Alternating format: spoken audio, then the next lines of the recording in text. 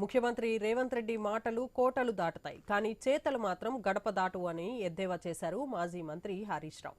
తెలంగాణ వైద్య విధాన పరిషత్ బస్తీ దవాఖానాలలో పనిచేస్తున్న వైద్య సిబ్బందికి నెలల తరబడి వేతనాలు చెల్లించకపోవడంపై ఎక్స్ వేదికగా స్పందించారు. కాంగ్రెస్ ప్రభుత్వం వైఫల్యాలపై ఆగ్రహం వ్యక్తం చేశారు. ఉద్యోగులకు 1వ తేదీనే జీతాలు ఇస్తామంటూ ప్రచారం చేసుకోవటం తప్ప ఆచరణలో మాత్రం శూన్యమని పేర్కొన్నారు.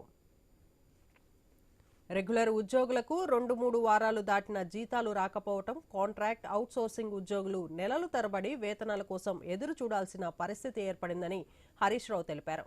బస్తీ దవాఖానాల వైద్య సిబ్బందికి అయితే 6 నెలలుగా వేతనాలు పెండింగ్లో ఉన్నాయని, వైద్యులు సిబ్బంది బతుకమ్మ దసరా పండుగలను ఆనందించలేకపోయారన్నారు. ఇది కాంగ్రెస్ ప్రభుత్వ నిర్లక్ష్యానికి నిదర్శనమని హరీష్ రావు ఆగ్రహం వ్యక్తం చేశారు. అధికారులకు పలుమార్లు వినతులు చేసినా స్పందన లేకపోవడం దుర్మార్గమని, అత్యవసర సేవలు అందించే వైద్య సిబ్బందికే జీతాలు ఇవ్వకపోతే ఇతర శాఖల ఉద్యోగుల పరిస్థితి ఏమిటని ప్రశ్నించారు హరీష్ రావు. పథకాలలో కోతలు, ప్రభుత్వ ఉద్యోగులకు వేతనాలు చెల్లించక వాతలు, ఇదే రేవంత్ రెడ్డి పాలన అని దుయ్యబట్టారు.